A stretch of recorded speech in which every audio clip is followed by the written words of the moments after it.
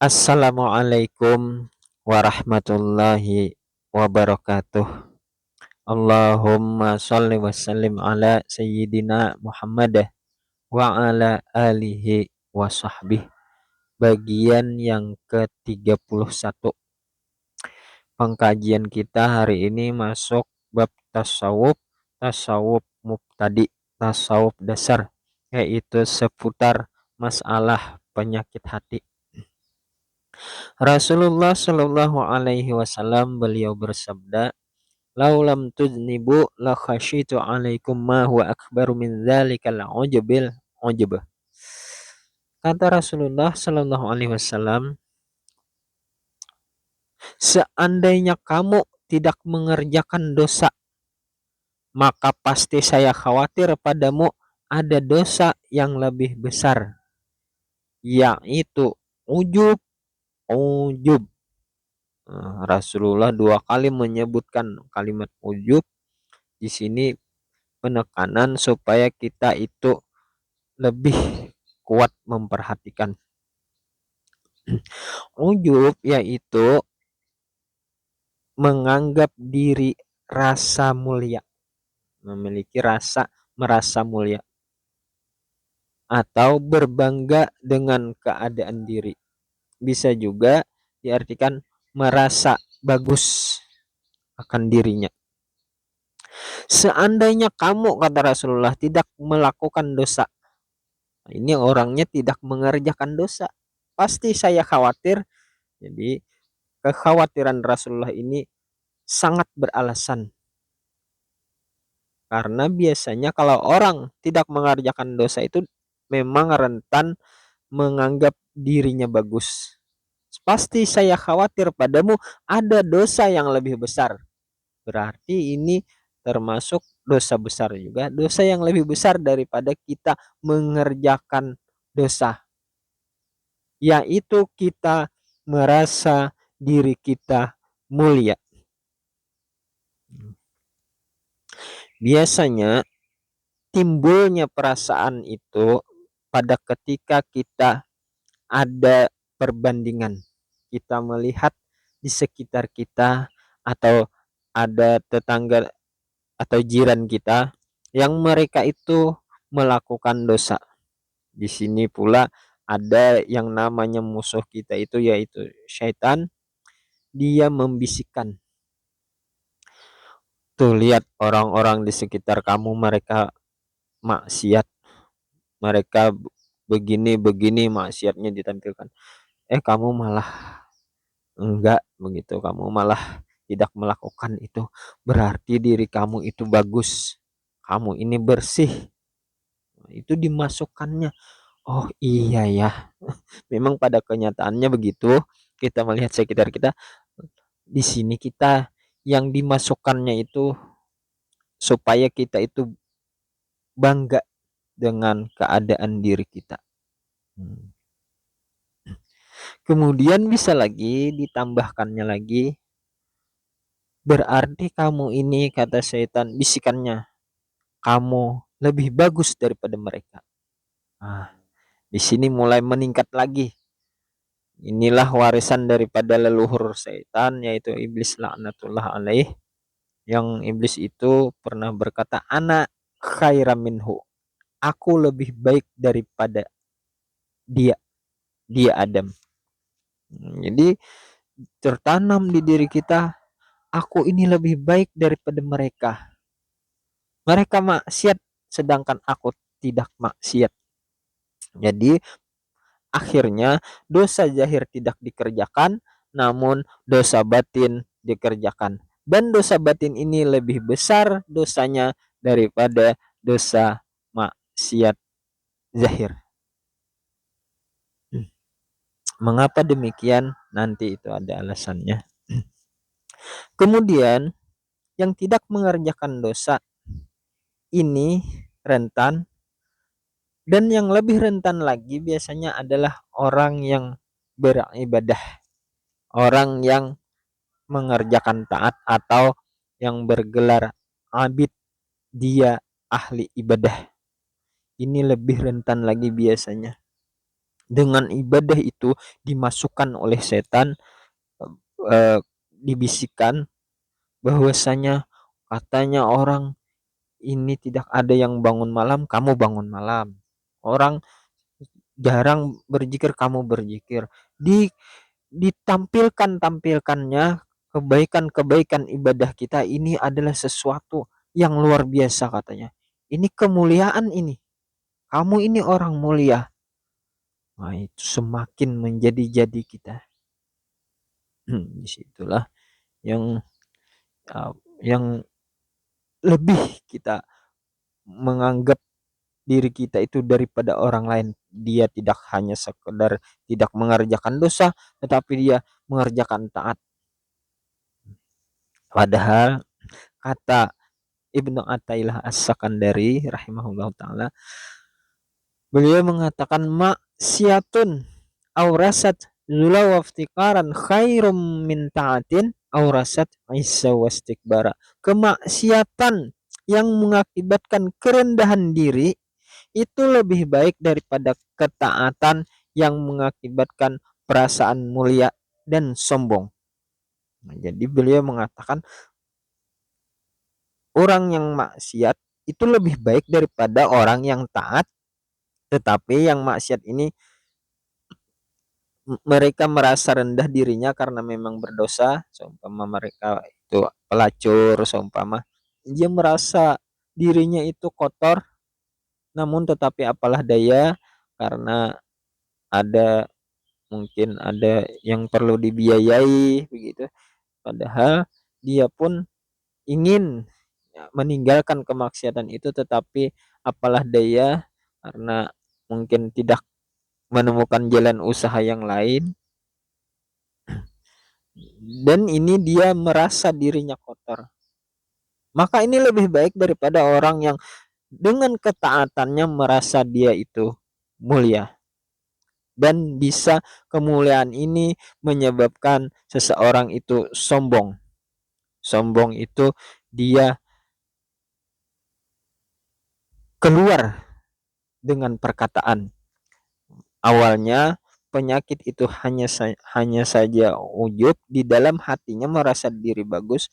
Pada ketika dia ucapkan atau dia katakan, maka itu yang namanya sombong. Makanya tidak sering orang yang merasa dirinya mulia itu dia bisa merendahkan orang lain. Apa itu maksiat terus dikerja itu? Nah, itu bisa saja itu kamu itu penghuni neraka, atau kamu itu mendapat murka Tuhan. Itu biasanya kata-kata yang demikian itu karena ada merasa diri mulia. Jadi awalnya cuma satu penyakitnya, kemudian menjadi dua, yaitu menyombongkan diri. Nah, coba kalau saya itu ya biasanya begitu. Begini. La yadkhulul jannah man kana fi qalbihi mithqala dzarratin min kibr. Tidak masuk surga orang yang di dalam hatinya itu menyelinap sedikit sifat sombong. Nah, ini tidak akan masuk surga selama orang itu masih ada dia memiliki sifat kesombongan. Kenapa demikian? Karena kesombongan itu adalah pakaian Tuhan. Jadi hamba yang bagaimanapun dia atau ketaatannya luar biasa, tetapi kalau dia memakai pakaian Tuhan, maka ini tidak pantas. Kata Bang Haji, bukan pakaianmu, tapi pakaian Tuhan yang berhak disembah oleh segenap alam. Itu kata Bang Haji. Kalau Tuhan sombong itu wajar karena Tuhan serba maha. Tuhan itu serba maha. Makanya ada dikatakan selendang Tuhan itu. Jadi kita yang serba kekurangan itu sebenarnya kita serba kekurangan, tidak layak. Kita ini manusia yang lemah. Jadi semestinya mengantisipasi untuk supaya terhindar daripada ujub ini, alih-alih kita merendahkan orang lain, malah seharusnya kita itu bersyukur. Kita ini jikalau tanpa hidayah atau petunjuknya mungkin kita pun akan mengerjakan maksiat. Kita pun akan terjerumus di dalam lumpur kehinaan. Ini mesti diperhatikan atau dilihat daripada karunia Tuhan kita. Ini termasuk daripada rahmat Tuhan yang dilihat itu. Ini petunjuknya, kalau kita tidak diberinya hidayah, maka kita pun akan bermaksiat. Jadi menyadari sebenarnya kesadaran tentang petunjuk, dialah yang membolak-balikkan hati. Dan ini pun nantinya belum final. Siapa tahu nanti kalau kita ini bisa dibolak-balikkan hati kita dan bisa ditukar. Biasanya itu bisa terjadi itu jikalau kita menghina suatu kemaksiatan, mencemooh orangnya yang bermaksiat, dan kita sadar dan kita itu dengan penuh kebanggaan diri, maka biasanya kita akan dijadikan yang seperti mereka itu. Ketaatan kita itu tidak akan bertahan lama. Biasanya kita pun akan terjerumus ke dalam kemaksiatan itu, karena itulah siapa yang merasa dirinya berbangga, dia akan dirasakan juga yang seperti demikian. Jadi kita itu jikalau sudah berada di dalam ketaatan, malah itu takut, ya Allah, jangan maksudnya jangan jadikan, tetap tetap hamba ini jadikan di dalam taat kepadamu. Itu disadari sebenarnya, jangan sampai dengan apa itu dengan ketidaksadaran kita ini nantinya akan mencelakakan kita, menjerumuskan kita. Malah seharusnya kita itu kasihan kasihan kepada mereka yang maksiat. Nah, jadi langkah seterusnya itu yang lebih bagus itu, pertama diri dulu diwaspadai supaya jangan ditakut takut. Nah, kalau terjerumus juga, jadi disyukuri kita berada di dalam ketaatan, kemudian kita doakan kepada saudara-saudara kita yang berada di dalam kemaksiatan, sebagaimana kita tidak ingin itu menimpa diri kita, sebagaimana itu pula kita tidak ingin juga kepada saudara-saudara kita. Disinilah uh, rasa persaudaraan. Kita doakan mereka, atau Allahumma ighfir li ummati Sayyidina Muhammad, atau begitu mungkin Allahumma arham ummata Sayyidina Muhammad, Allahumma astur ummata Sayyidina Muhammad, Allahumma jibur ummata Sayyidina Muhammad. Siapa yang mendoakan itu, maka kebaikan itu yang pertama menerimanya itu diri kita. Jadi kalau kita mendoakan kepada saudara kita, saudara sesama muslim, atau saudara setanah air, atau saudara seiman, itu tidaklah lain untuk kebaikan diri kita, sehingga mudah-mudahan dengan kita mendoakan itu, ketaatan yang kita kerjakan ini bisa langgeng. Di sini kita tentunya tidak bisa yang hal demikian itu jikalau kita tidak bertasawuf, tidak mengetahui bahwasanya ujub itu adalah sesuatu yang sangat dimurkai. Jadi biasanya yang bisa menganggap diri mulia itu biasanya mereka hanya beribadah saja dan tidak mengkaji tentang keilmuan, terutama ilmu tasawuf. Biasanya bahkan yang dia itu memiliki ilmu yang selain daripada tasawuf itu juga rentan juga, biasanya sampai ma'rifat pun bisa juga.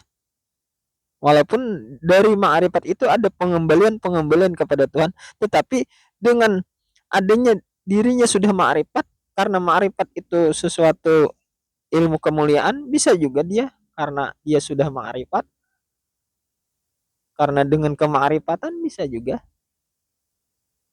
ada lahiriahnya dengan apa itu paham ilmu fikih. Bisa juga melihat orang beribadah, biasanya kita sholat di masjid itu kita menggunakan tata cara fikih, sedangkan ada di samping-samping kita itu tidak menggunakan fikih, itu bisa juga kita timbul rasa mulia, rasa bagus dari mereka, mereka nih tidak ngaji nih. Bisa juga ya, seolah-olah seperti saya dong ngaji, ya, tahu tata cara salat yang benar, itu bisa juga. Jadi tidak hanya tidak melakukan dosa, tidak hanya eh, mengerjakan taat, sampai berilmu pun bisa juga. Ini makanya ujub ini termasuk salah satu penyakit yang luar biasa. Dia menyerangnya itu bisa kemana-mana. Termasuk penyakit apa itu yang menyerangnya, jadi yang bisa bahkan yang di luar dari ini, apa itu, ada yang dengan kemaksiatan bisa juga berbangga dengan kemaksiatan. Nah, ini teramat parah, sudah maksiat bangga lagi. Nah, itulah kegelapan hati karena tidak dibersihkan atau tidak dijaga hatinya. Bisa saja maksiat pun bangga. Kemudian lagi bisa juga seseorang yang mengakibatkan seseorang itu berbangga diri atau merasa diri mulia atau ujub, itu karena faktor keturunan.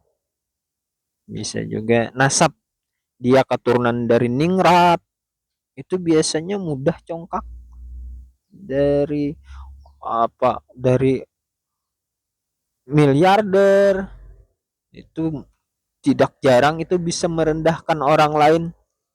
Dari darah biru,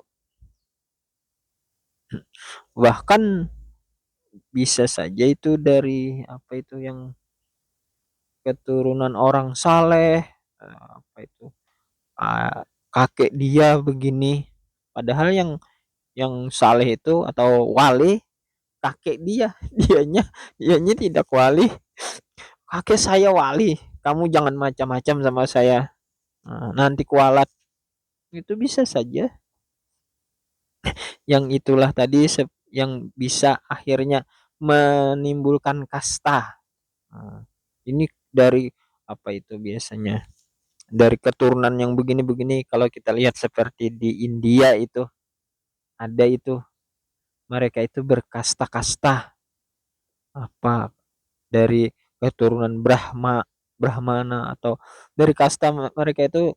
Saya pernah nonton itu dulu film Mahabharata, anak Kunti yang bernama Karna itu dia dibuang, jadi yang memelihara itu dari kalangan bawah, kasta bawah, karena memang ada kasta-kasta.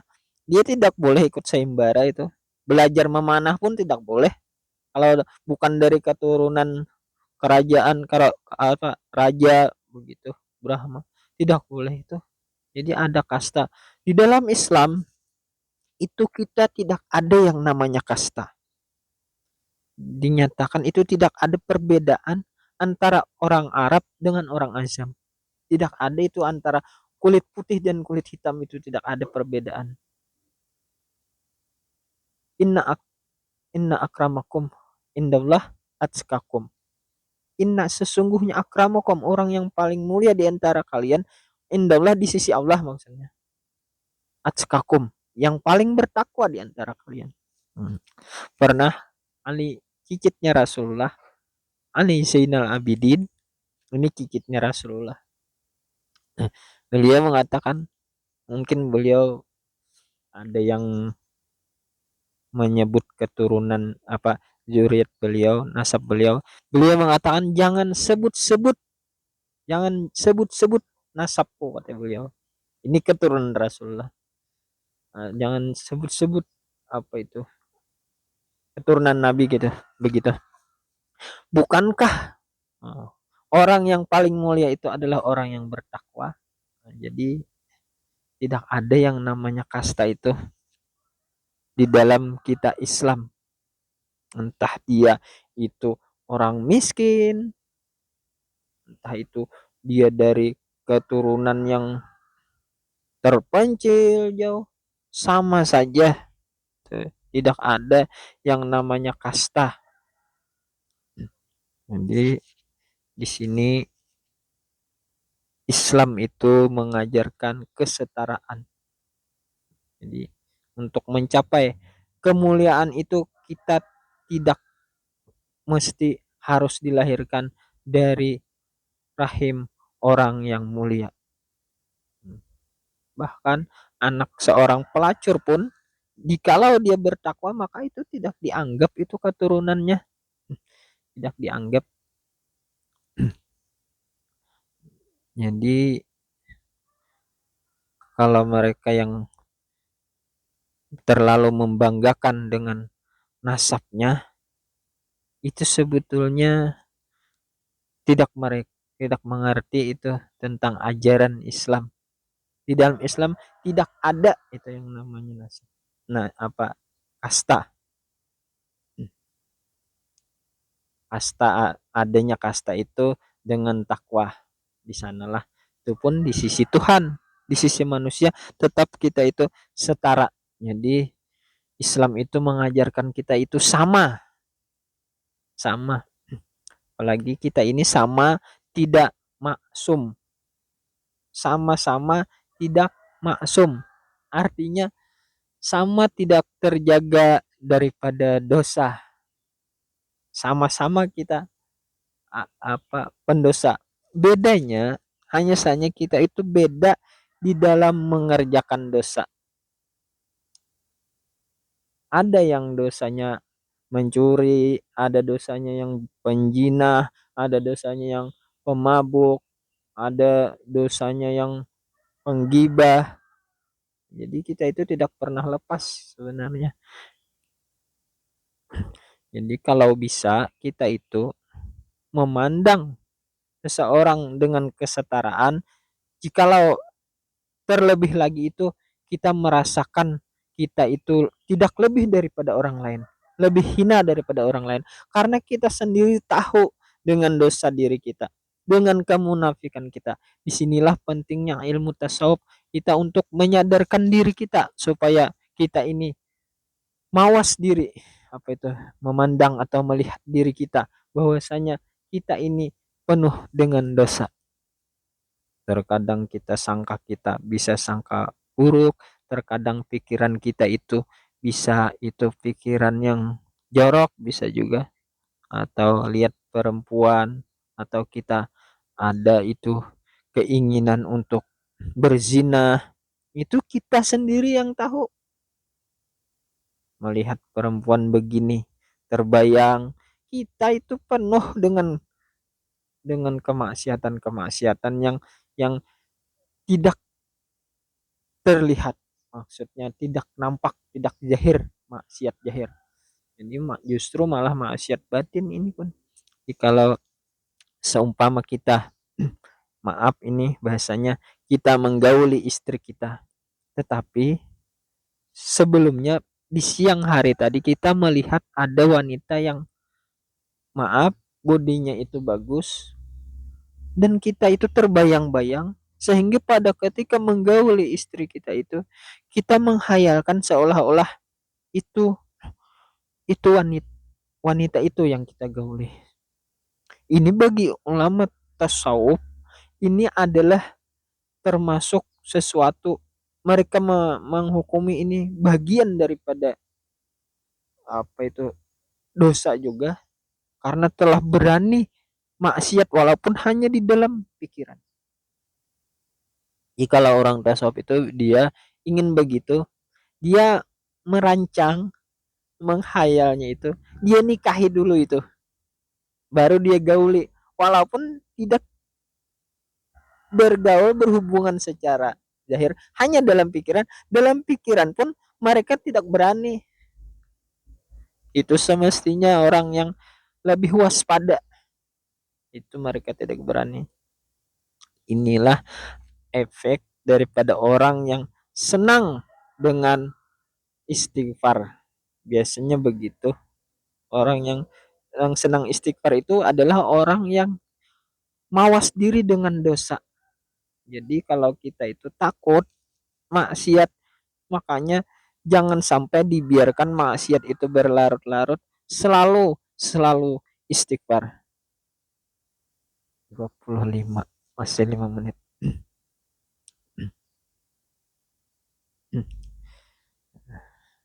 Yang kita khawatirkan itu akhir hayat kita. Akhir hayat kita itu kita tidak tahu, ini belum final. Banyak saja kejadian-kejadian yang orang itu awalnya maksiat, tetapi akhir hayatnya karena dia bertobat, akhir hayatnya husnul khatimah. Husnul itu atau baik khatimah itu penutup baik di akhirnya dia. Kita tidak tahu lagi ini. Jangan-jangan di akhirnya buruk, diawali dengan baik, tetapi hukum adat, kebiasaan, jikalau kita itu mengisi keseharian dengan baik, maka ini kebiasaannya itu akhir hayat pun akan baik. Jadi kita tinggal istiqamah saja, istiqamah di dalam ketaatan. Jadi semoga apa ketaatan kita itu diberikan keistiqamahan, ketetapan di dalam ketaatan atau ketetapan dengan makam rasa takut, rasa harap, cemas, khauf, waraja biasanya di dalam tasawuf itu. Takut dan mengharap.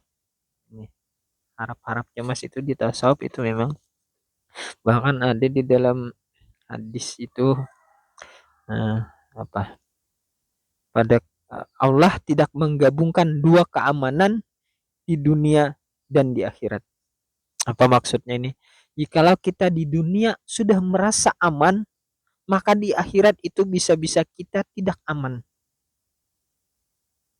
Tetapi sebaliknya kita di dunia merasa tidak aman, itu bisa mengakibatkan keamanan di akhirat. Maksudnya dengan kita merasa tidak aman ini, kita itu senantiasa atau mawas diri, bahkan kita memiliki kerendahan diri, hati-hati di dalam kehidupan itu. Jadi kalau orang sebaliknya mukhalafahnya itu yang mereka merasa aman, mereka karena entah aman itu dengan ibadahnya, entah dengan keilmuannya, dari rasa aman itu bisa saja mereka me, apa itu apa mengabaikan dosa kecil. Siapa tahu dosa kecil ini menjadi penyebab kemurkaan Tuhan. Kata Imam Ghazali rasanya kalau tidak salah, Allah menyembunyikan murkanya di balik setiap maksiat. Allah menyembunyikan ridanya di balik setiap taat.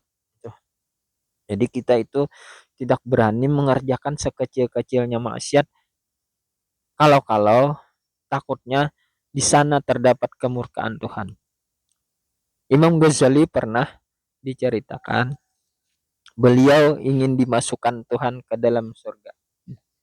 Entah ini mimpi apalah, kisah ceritanya begitu. Kemudian kalau Tuhan, ya Imam Ghazali, engkau tahu tahu nggak apa yang menyebabkan kamu itu ingin dimasukkan ke dalam surga? Kata Imam Ghazali, tentunya ridha engkau ya Rabb. Engkau tahu tidak apa yang mau membuat aku itu ridha terhadap engkau? Kata Imam Ghazali, oh mungkin karena salat salat saya. Tidak, kata Tuhan. Oh mungkin karena uh, puasa. Tidak, karena mengarang kitab. Tidak disebutkan oleh Imam Ghazali itu amal-amal baik, ternyata tidak. Lalu kata Imam Ghazali, lantaran atau karena apa ya Rab?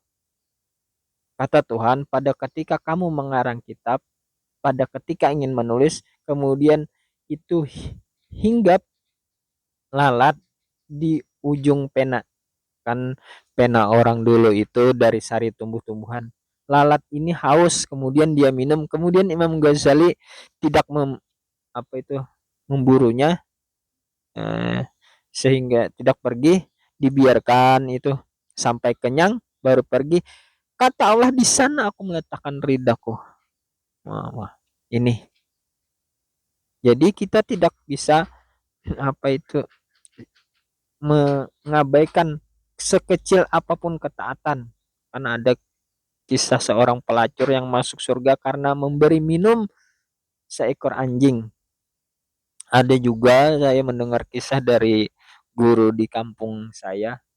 Katanya tuan guru itu ada yang masuk neraka gara-gara dia itu pada ketika pulang dari acara makan-makan, giginya itu ada terselip makanan. Pada ketika melewati rumah orang miskin yang dari bambu, pagarnya ada buat kandang ayam itu, kemudian diambil sedikit, di situ dipakai untuk mengeluarkan sisa makanan yang terselip. Di situ ternyata mengandung kemurkaan Tuhan. Itu dikisahkan, kata tuan guru itu, guru itu dimasukkan ke neraka bingung karena dia itu tidak merasa melakukan dosa. Tetapi dia bertanya kepada Tuhan, ya Rab, apa yang sehingga engkau membuat engkau murka, yang dengan kemurkaanmu dimasukkan ke neraka? Kata Tuhan, yaitu tadi kisahnya.